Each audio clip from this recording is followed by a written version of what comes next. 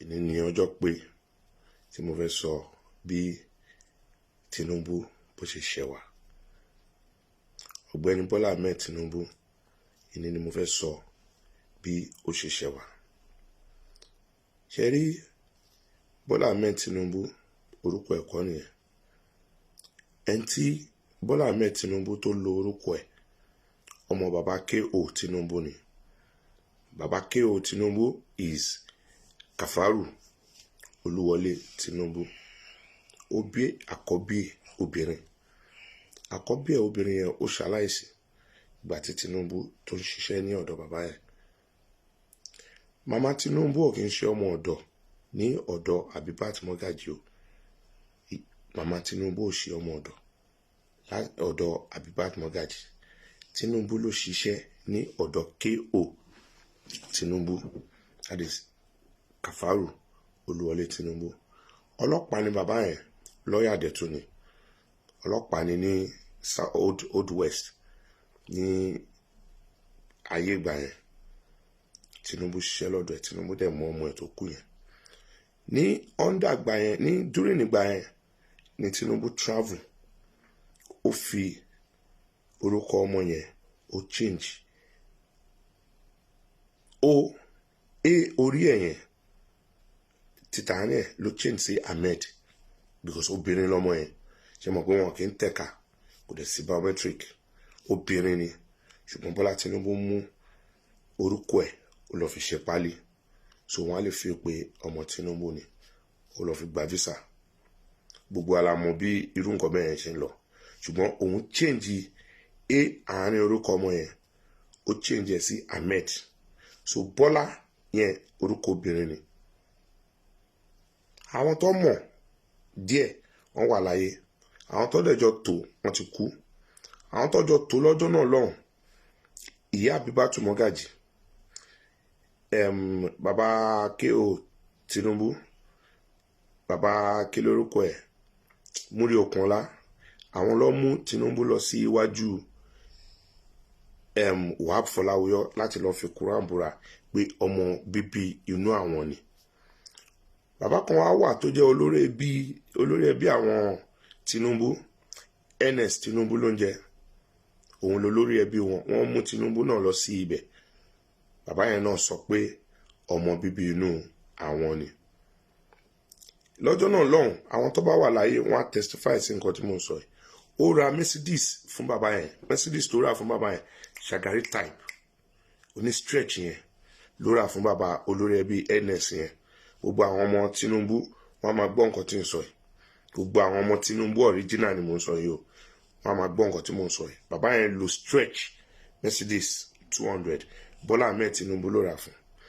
Ìgbà tí bàbá yẹn mú wá, Kafaru tó mú Tinubu wá, ó lọ́mọ òun ni. Ṣé lè mọ̀ pé àwọn èèyàn mọ̀ pé bàbá yẹn bí ọmọ Tinubu, but ọmọ bàbá yẹn ti ṣaláìsí.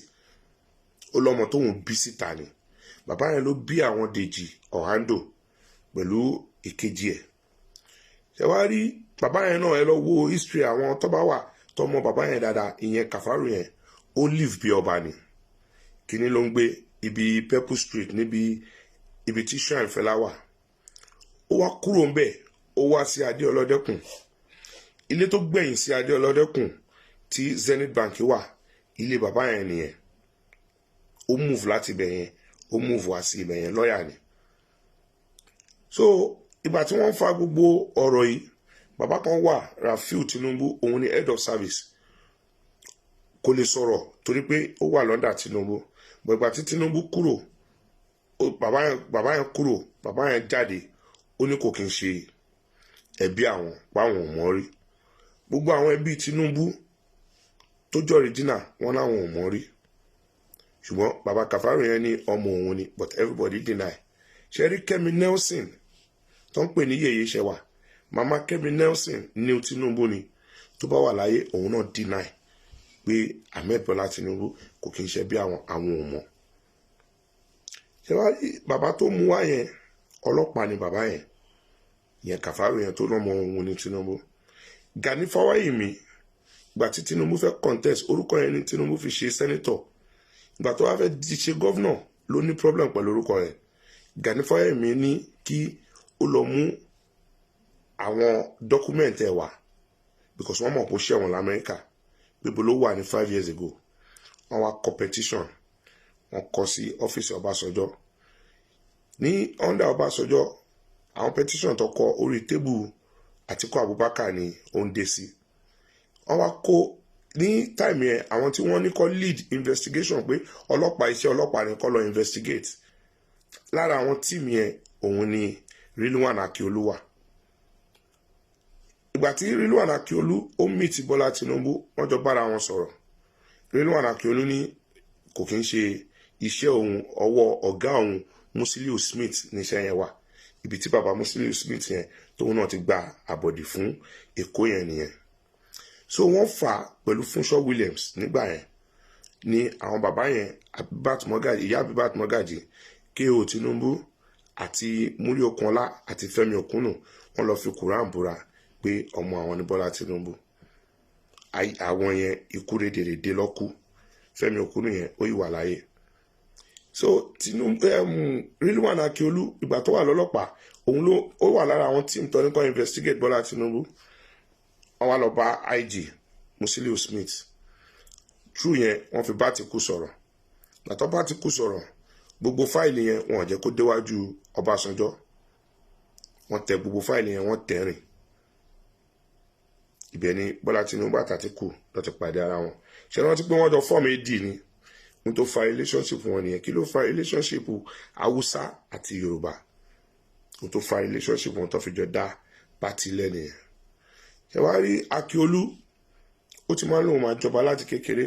Àwọn ọ̀rẹ́ ẹ̀ Gbádégẹṣin ó ti máa ń sọ fún wọn pé òun máa jọba. Ìgbà tí pápá kú tí wọn ọmọ bọ́yẹ máa ṣe ó fi ọ̀rẹ́ ẹ̀ ó fi jẹ elétò ìdìbò so ìyẹn á lè sọ di ọba. Wọ́n wá lọ bá Bọ́lá Tinubu. Bọ́lá Tinubu ni gọ́vnọ̀. Wọ́n sáré tó ẹ lọ wo space yẹn kò ṣẹlẹ̀ rí kí ọba kan kú kọ́dẹ̀ sáré kó kọba. Well ó ti ṣẹlẹ̀ ní onírò náà sìn so orí Akiolu àti rí wọ́n sáré cook wọ́n fi jọba. Òun ni oore tó ṣe fún Tinubu lọ́jọ́ náà lọ́hùn òun ni wọ́n san fún padà ló ṣe fi jẹ ọba. Ìdí tí wọ́n ṣe ń ránṣẹ́ nìyẹn. Ṣé rí pé òun náà ni wọ́n mú Ambode fún tí odidi ọba olórí burúkú ọba wọ́n sọ pé táwọn èèyàn by the grace of Almighty Allah if you don't vote for Ambode you will go by the lagoon. Ṣé rí pé àwọn Igbo tó lọ́ máa go by lagoon òun lógún wá kó but òun náà lẹ́gbẹ̀ẹ́ kan. Bàbá Musiliu Smith ọmọ Èkó tẹ̀dẹ̀ gbàbọ̀dì tó yẹn wọ́n ra jeep méjì fún wọn. Oore tó wá san fún bàbá Musiliu Smith Abattoir ní Agége wọ́n gbà ní ọwọ́ Garima Alhaji Garima Muhammed wọ́n gbà lọ́wọ́ ẹ̀ wọ́n wá list wọ́n franchise ẹ̀ fún bàbá Musiliu Smith for 99 years 99 years Abattoir 99 years fún èèyàn kan ṣé kò fẹ́ kú mọ́ ni. Oore tó fi san bàbá Musiliu Smith nìyẹn. Ẹ wá wo ibi tó ti lọ búra lọ́jọ́ sí. Ṣé mọ̀ pé chief imam bẹ̀ Afis Abu àwọn Akiolu náà ni wọ́n wọ̀ kẹ́ ìyẹn ní ẹgbẹ́ kan tàwọn Muslim.